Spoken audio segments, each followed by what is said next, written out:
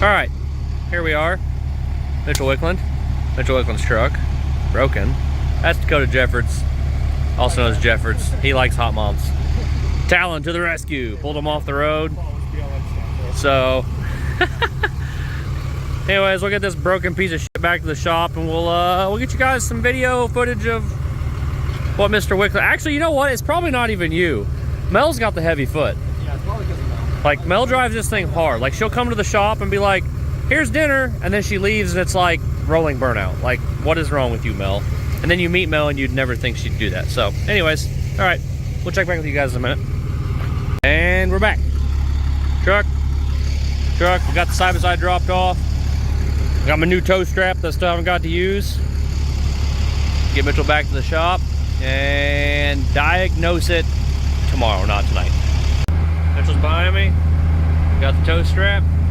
We are heading back to the shop. We were gonna get a trailer, but we decided this would be easier. I had a big 20,000-pound tow strap behind me, and we're good to go. Mitchell needs to ride the brakes a little bit more because he keeps getting too close to me, but you know, other than that, we're good.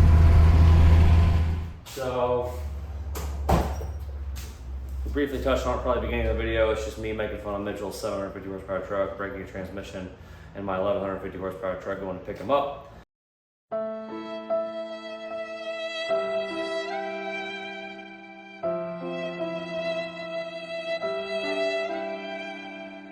Because that's how this works. Here's the input shaft, just a standard size input. Between him and his wife, they're not exactly nice to it.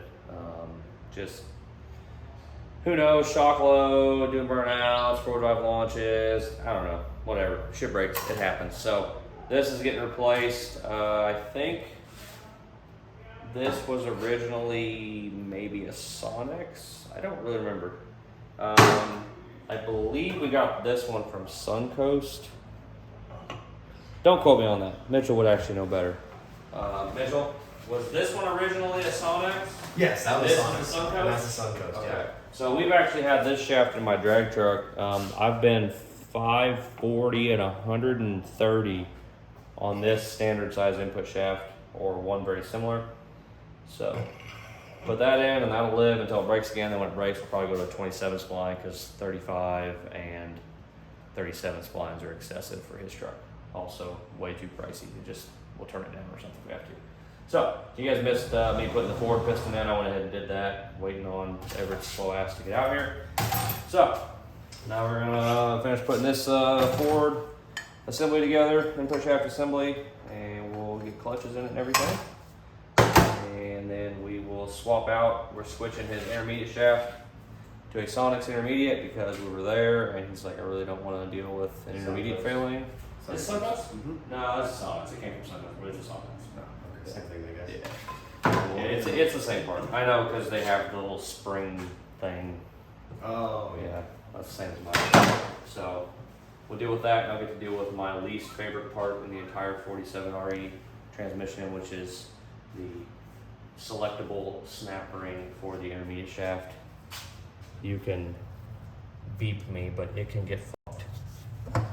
So, and put this back together, and then we'll maybe break it again. Right, Mitchell? Hopefully not. Well, Jeffords is no longer allowed to sit the passenger seat of anything I have. I'll break it. About we ending it. No, Mel. I bet Mel breaks it next. No, yeah, it's Mel's burnouts. My wife does burnouts and is on the Every time she leaves floor. the shop, all we have to do is antagonize her just a little bit, and she's about it.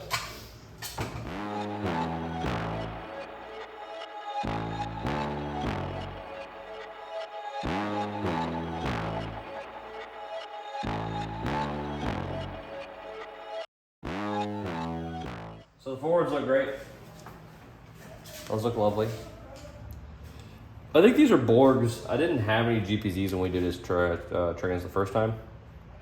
And then like, I didn't have the band we normally run, so I got this rigid band, which I think is also a Borg.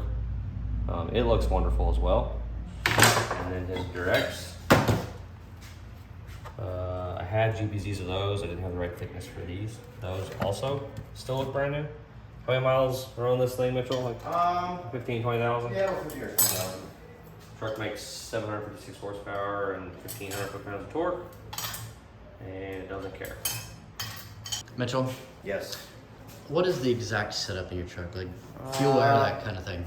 I have a fast 165. Oh, we're going all the way to the Yep, inside. I'm starting from the butt Starting end and from the bottom moving. Yep.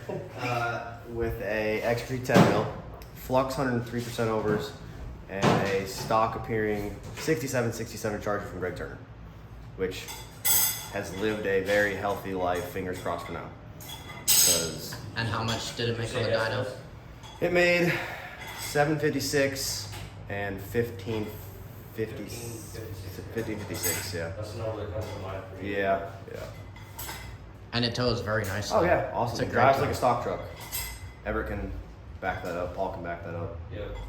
Everything. It drives like stock. Yep. Until you get in it, and then it's, well, I suppose it doesn't drive like stock, because stock sucks. It drives like a tuned stock truck until you get into it, and then it's very much not a tuned stock truck. Rolling burnouts for days. Yeah, it hazes them. It's not quite enough to like. Well, it also Line has level 35s on it. That's true. 35-inch mud tires, yeah. See, it doesn't like quite have. Just gotta put the insulation in around it. It doesn't quite have enough to just like absolutely light them up and fry them from a roll, unless you're going like 30. From 30, it just obliterates them. Like 45 or 50, if you hit it right, it'll haze them. Which we will touch on Paul Cato's ass dyno at some point in a tech video on our new coming up Maverick Mondays. We'll go over how good my ass dyno is in comparison to my actual dyno, and how I know roughly how much each horsepower a truck makes based on the way it acts on the street. That'll be fun. People will be like, "You're an idiot." I'll be like, "I don't care. Maybe I am. Maybe you're a dumbass. I don't know." It's hard to say. So, all right, brief intermission for me to go get a snap ring plier.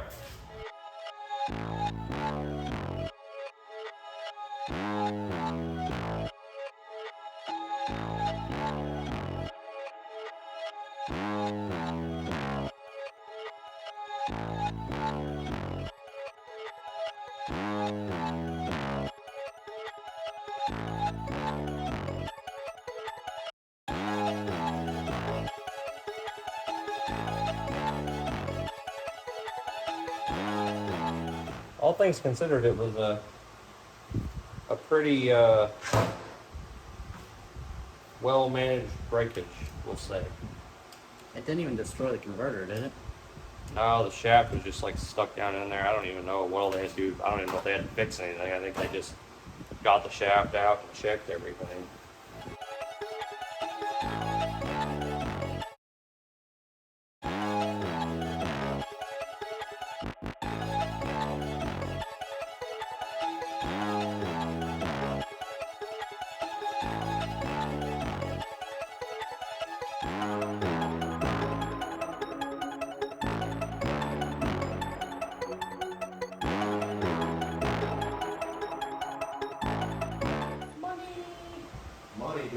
Money, dude.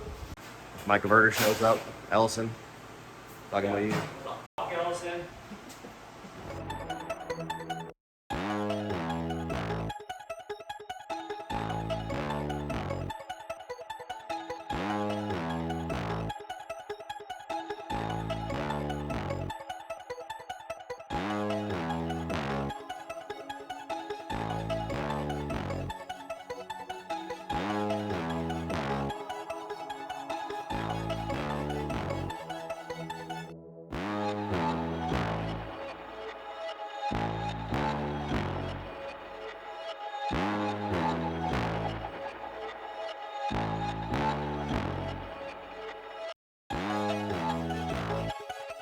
Fun fact, rigid second gear bands are kind of dumb.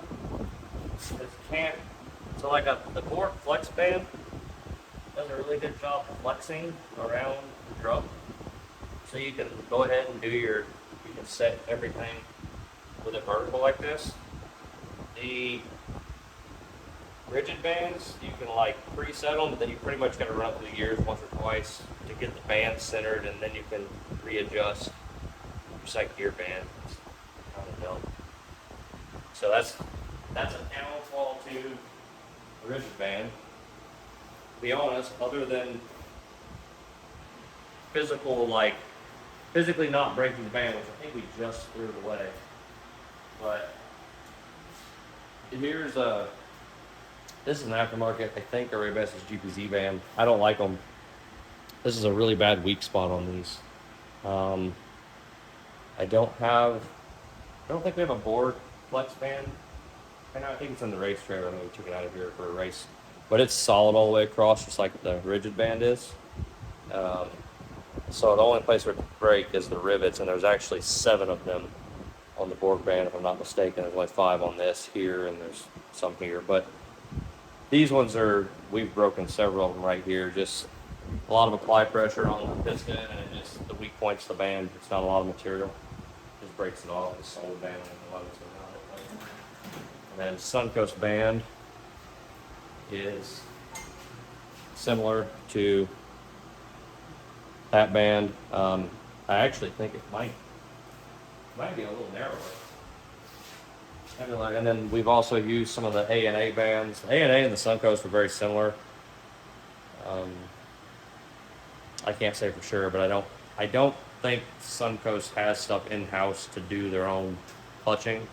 So I mean, if I had to go on a limb, somebody like that has to be clutching it for them. And this one is. But that's actually reusable. So the cool thing about like the Suncoast, I guess when it's not in the trash, I could ship that down to them. They'll send it, have it reclutched, and send it back. So like the band's expensive. You know, it's like a $130 band. Or that one's like a $20 band. But if you mess that one up, you could technically just send it back. Downtime sucks. You know what I mean? You put 6 of those regular ones in versus that. I don't know. I'm not sure what the benefits are. I know some shops like the solid band, some shops like the flex band. 1,000 horsepower and less, I don't think it matters for all. I think pretty much put whatever band you feel is going to work in, and it's probably going to be fine. Big power stuff. Well, we ran the board band. We've got a board band in it right now because we messed that one up. We always ran the board band, and then we started getting everything from Suncoast for the race truck, and they suggested going to that and build a drum, so we did. I mean, it's a nice setup. I'm not sure if we gained much. We didn't lose anything, but it just sucks when you ruin that band and that drum. It's a whole lot more expensive to replace as opposed to stock shit. You know, we can get a stock replacement drum from Capital Core for, you know, who knows, just guessing $50, and a band for, I think the board flex band's like $12, like $75 to fix it. That drum's like $300, and that band's like $150. So like, I don't know. That's why most time on a regular build, we'll just use a flex band, stock drum. All that fancy bullshit doesn't need to be in there. I've been really fast on some really basic bitch parts. I mean, like we still use an aluminum planet on my race truck, and we've never had an issue. If I had to quote Ernie from Suncoast, he said, "That shit ain't fucking broke, go change it." So that's what we've been doing. That whole race truck has been on that premise. If it's not broken, you're probably not going to fix it. Once we break it more than once, then we'll upgrade it.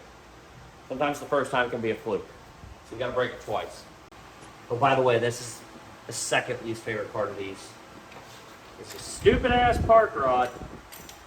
Pain in the ass. You end up having to lay it on its ass because I don't feel like building a stand for it. You ready to lay this thing down on its back? Whoop, whoop, whoop. Wait, nope, nope. No, I just shifted it on it. Amateurs. This is a trick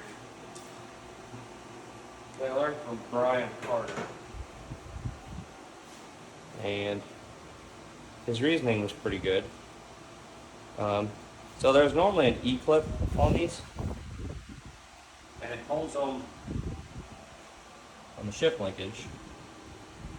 So you put the whole assembly in, but it's sometimes a pain in the ass to put it in, get it past the parking pole. So it's like, I don't know, parking pole. Basically, the parking pole's tapered, and the park rod goes past, and when it hits it kicks it out, and it grabs the gear on the output shaft. And it's really hard to do when it's on this. And Brian Carter's theory was, how is that rod ever going to come off when the transmission's in the truck? Because gravity is going to keep it down. And so on our personal stuff, I don't usually do it on customer stuff because somebody pulls that out, they're gonna be like, oh, this piece of shit, you left the E-clip out, whatever. So on our personal stuff, I'll usually leave that out because I don't have to fight it as much. And so far, we've had no issues doing that, so.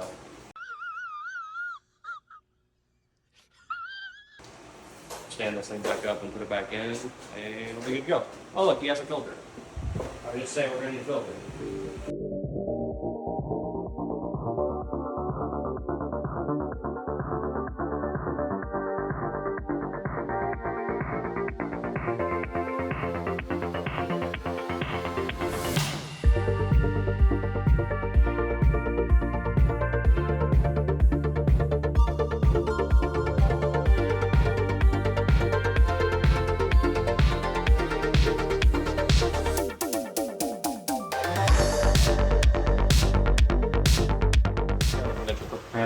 See if we can do something. Want to help me quick? Yeah. It's a bitch to start them and hold this up at the same time. See what I mean? You want to hold it up.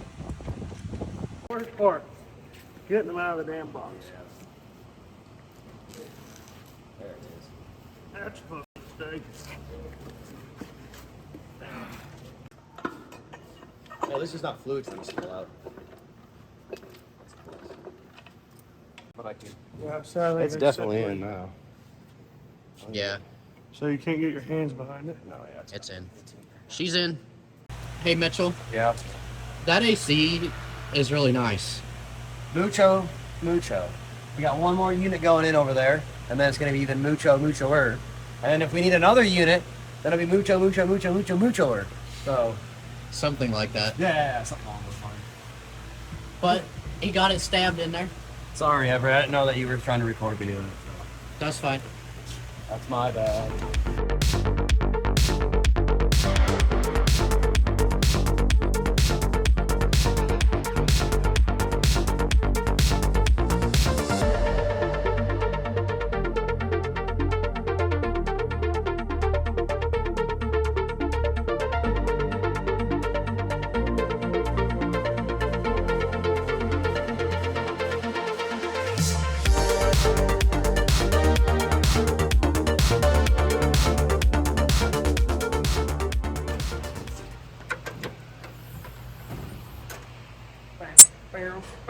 Trans is all in. Just need to put some fluid in it. Yep. And she's ready to drive. Stop, drop, shit. Somebody must have stepped on my dipstick too over here. Nothing but the best for my baby. O'Reilly's Global. We're gonna go out and cruise tonight, a couple 100 miles on it, because I think we might be taking it to Logan's event for Everett and for maybe Jeffords to run 770 in it.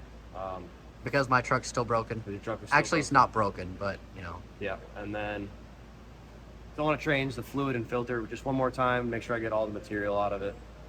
Because I did snap an input shaft, and there was some on the filter, so I got enough fluid and another filter. Swap that out either tonight or tomorrow morning.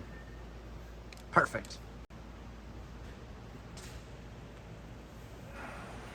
Gang, gang.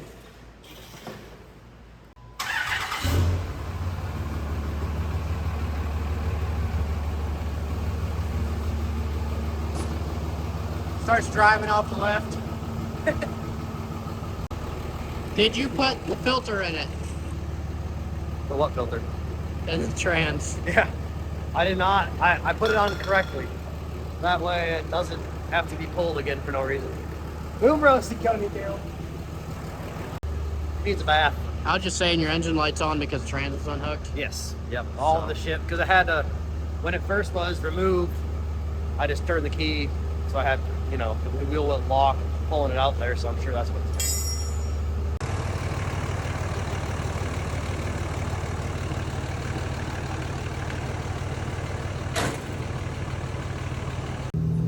Two. Three. 4.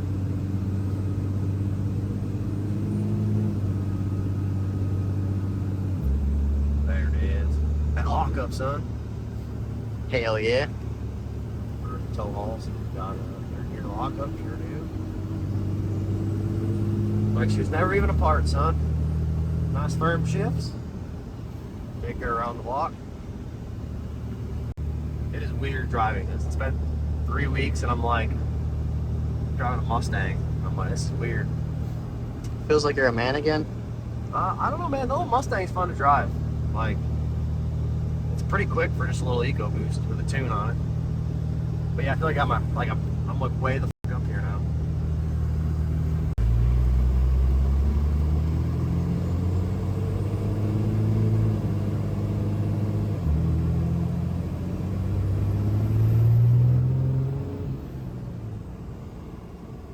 Gets pulled over. Right by the shop. We'll get the first one. Also, the last probably. A few moments later. So, we put the trans in, and we don't really have a whole lot of hills at the shop, so I didn't know park didn't work, so I drove it, went to a store, put it in park. I was kind of parked at an angle, and all of a sudden I'm rolling backwards in park, and I'm like, oh shit, something's not right. And so I called Paul, I let him know what was going on. He goes, oh shit, probably the park rod, something messed up with it. So came back, we needed to do a fluid and filter change just because we put miles on it after snapping the input shaft. Dropped the pan, looked up, and we're like, oh, yes. Said park rod and said retaining clip that we didn't need is now gone because, you know, Paul said we didn't fucking need it, so we didn't need it. But here we are fixing it at, I don't know, probably 8:30 at night. Not a big deal. I'm not blaming Paul, but I am blaming Paul. I love him, but I hate him sometimes. But yeah, so now we fixed it. We're gonna put the pan back on, put a fresh filter on, put some new fluid in it, and I think we're taking it to Logan's event, so like Everett can run 770, I think maybe, or pull the camper out there, or I don't know what's going on. Paul hasn't made up his mind, but yes, stay tuned for another cool video of us bringing the dyno to Logan's. Hopefully my truck's there. If not, awesome. If it is, awesome. If it's not, even better, because I don't want to break it again. But it's neither here nor there.